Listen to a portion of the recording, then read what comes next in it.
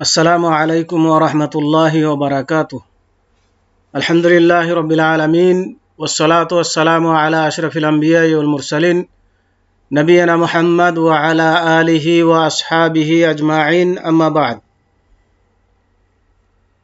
সম্মানিত ছাত্র ভাইয়েরা, আমি এখন প্রথম শ্রেণীর ফিকহের ক্লাস আরম্ভ করছি। বিষয় হচ্ছে ফিতরা। আসুন আমরা ফিতরা সম্পর্কে কিছু দিক নির্দেশনা গ্রহণ করি এবং সে অনুযায়ী ফিতরা আদায় করার চেষ্টা করি। ফিতরা হচ্ছে যে রমজানের রোজার শেষে যে খাদ্যদ্রব্য থেকে জনপ্রতি 1 সা পরিমাণ ফকির মিসকিনদের জন্য দান করা হয়, তাকে বলা হয় ফিতরা। তো দেশে প্রচলিত খাদ্য যেমন গম, চাউল, খেজুর ইত্যাদি হতে 1 সা অর্থাৎ 4 খাবলা পরিমাণ, তার মানে একটা মধ্যম ব্যক্তির 2 হাত জোড় করলে এটাকে বলা হয় 1 খাবলা। তো এরকম 4 খাবলা খাদ্য হচ্ছে 1 সা। তো এই পরিমাণ খাদ্য দান করতে হবে, খাদ্যদ্রব্য থেকে দিতে হবে। এখানে আমরা যদি লক্ষ্য করি তাহলে হাদিসের মধ্যে ফিতরা সম্পর্কে যত হাদিস এসেছে সবগুলোই খাদ্যদ্রব্য থেকে দেওয়ার কথা বলা হয়েছে। অতএব ফিতরা হবে খাদ্যদ্রব্য থেকে। সাহাবায়ে কেরাম বলছেন যে আমরা আমাদের যুগে আমরা জব, গম, খেজুর, পনির, কিশমিশ এগুলো থেকে 1 সা পরিমাণ আদায় করতাম। তাহলে এখান থেকে বোঝা যায় যে ফিতরা হিসাবে যেটি দেবে সেটিরই 1 সা পরিমাণ দিতে হবে। তার মানে আপনি এটা চিন্তা করবেন না যে গমের দাম যদি 20 টাকা হয় তাহলে চাউলের দাম মনে করুন যে 40 টাকা, তাহলে আপনি গমের হিসাব করে চালের ওজন বের করা চলবে না। গম দিলেও আপনাকে 1 সা পরিমাণ দিতে হবে, চাউল দিলেও 1 সা পরিমাণ দিতে হবে। অনুরূপভাবে কিশমিশ যদি দেন তাহলে তার দাম আরও বেশি, তাহলে কিশমিশও 1 সা পরিমাণ দিতে হবে। তো এগুলো সা নির্ধারণ করা হয়েছে। যেই সা মানে কিলোর ওজনে বিভিন্ন ধরনের ওজন আসতে পারে। গমের ওজন যা আসবে চাউলের ওজন তার থেকে কিছু পার্থক্য হবে। অনুরূপভাবে খেজুর আরও কিছু পার্থক্য হবে। কিশমিশ যদি 1 সা পরিমাণ নেওয়া হয় তাহলে পরে কিলোর ওজনে পার্থক্য হবে। তো যেগুলো নিয়ে আপনি মাপেন 3 কিলো দিলে পারে সেটাই 1 সা পূর্ণ হয়ে যাবে যে কোনো খাদ্যদ্রব্য, এবং কিছু বেশি হতে পারে। আর অনেকেই এই 1 সায়ের পরিমাণ কিলোর ওজনে কেউ বলেছেন যে 2 কিলো 10 গ্রাম, কেউ বলছেন 2 কিলো 430 গ্রাম, কেউ বলছেন যে 2.5 কেজি। এভাবে মতানৈক্য রয়েছে। আর মতানৈক্যর কারণ হলো যে বিভিন্ন জিনিস মাপলে পারে বিভিন্ন রকমের হয়ে থাকে। তো যাই হোক, শেখ বিন বাজ রহমতুল্লাহ আলাই বলেন যে চাউল বা গম যদি 3 কেজি কেউ দিয়ে দেয় তাহলে ফিতরা 1 সা পরিমাণ পূর্ণ হয়ে যাবে এবং কিছু বেশি হবে, বেশিটা সাদকা হিসাবে গণ্য হয়ে যাবে এবং তার ফিতরা আদায় হয়ে যাবে। তো আল্লাহ আলাম।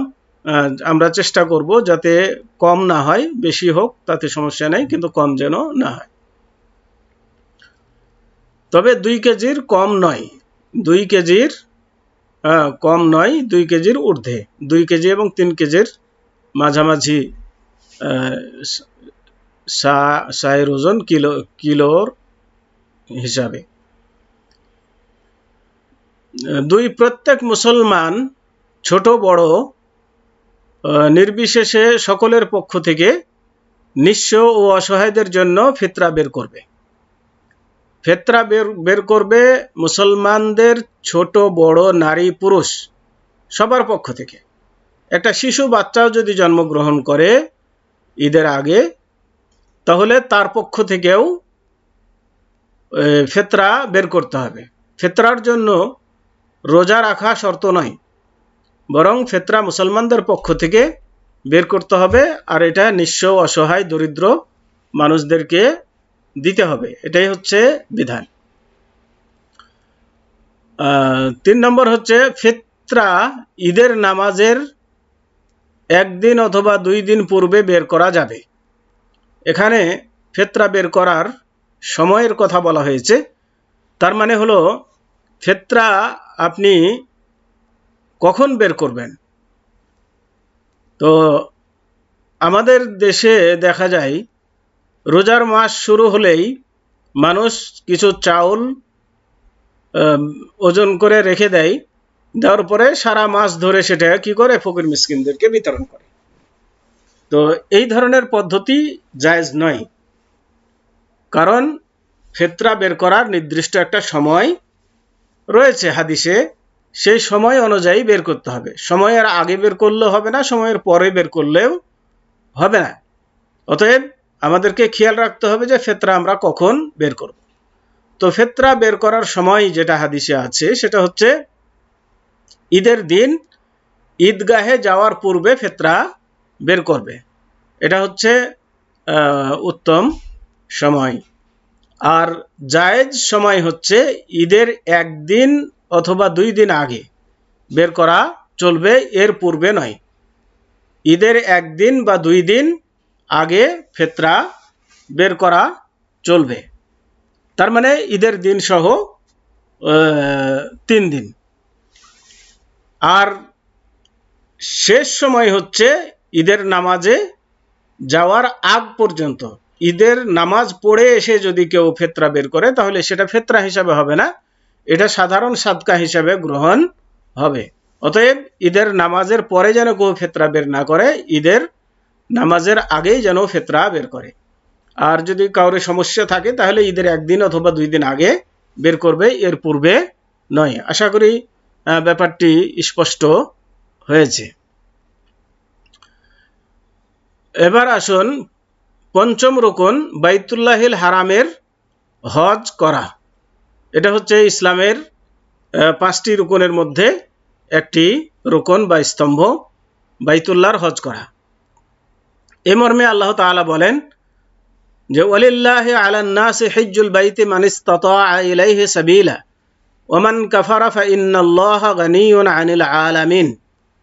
অর্থাৎ মানুষের মধ্যে যার সেখানে যাওয়ার সামর্থ্য আছে, আল্লাহর উদ্দেশ্যে ওই গৃহের হজ করা তার অবশ্য কর্তব্য,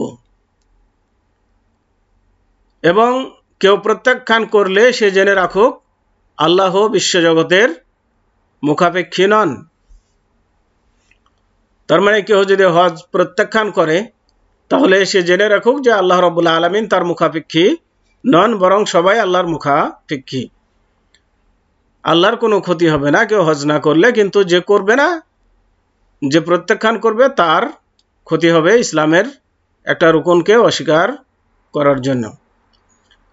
এবার আসুন হজের উদ্দেশ্য কি, কি জন্য আমরা হজ করব। তো এ মর্মে হাদিসে এসেছে আন আয়েশা রাদিয়াল্লাহু আনহা ক্বালাত ক্বালা রাসূলুল্লাহ সাল্লাল্লাহু আলাইহি ওয়াসাল্লাম ইন্নামা জুইলাত তাওয়াফু বিল বাইতি ওয়া বাইনাস সাফা ওয়াল মারওয়াতা ওয়া বাইনাস সাফা ওয়াল মারওয়াতি ওয়া রামিউল জিমারে লিইকামাতি যিকরিল্লাহ। এখানে হাদিসটির মধ্যে খেয়াল করবেন যে ইন্নামা জুইলা তাওয়াফু বিল বাইতে ওয়া বাইনা সাফা, এখানে একটা ওয়াও হবে, ওয়াওটা এখানে ছুটে গিয়েছে, তো এখানে একটা ওয়াও হবে, ওয়া বাইনা সাফা এরকম হবে, কিন্তু এখানে শুধু বাইনা সাফা ওয়াল মারওয়া আছে, কিন্তু এখানে হবে ওয়া বাইনা সাফা ওয়াল মারওয়াতে ওয়া রামিউল জিমারে লিইকামাতি যিকরিল্লাহ।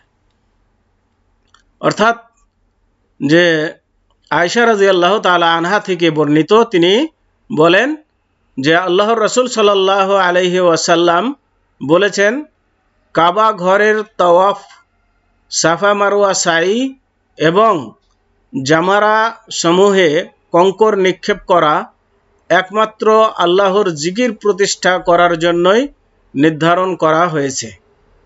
তাহলে এখান থেকে আমাদেরকে বুঝতে হবে যে এগুলোন আল্লাহর জিকিরের জন্য, আল্লাহর ইবাদতের জন্য, এছাড়া অন্য কোনো উদ্দেশ্য নয়। আগের যুগের লোকেরা এই দুই পাহাড়ে, সাফা এবং মারওয়া পাহাড়ে দুইজন মূর্তি স্থাপন করেছিল এবং এই মূর্তিগুলোর উদ্দেশ্যে প্রদক্ষিণ করত, এবং কাবা ঘরের মধ্যে মূর্তি ছিল। এই মূর্তিগুলোকে উদ্দেশ্য করে তারা কি করত? তারা এই বাইতুল্লাহর তওয়াফ করত। কিন্তু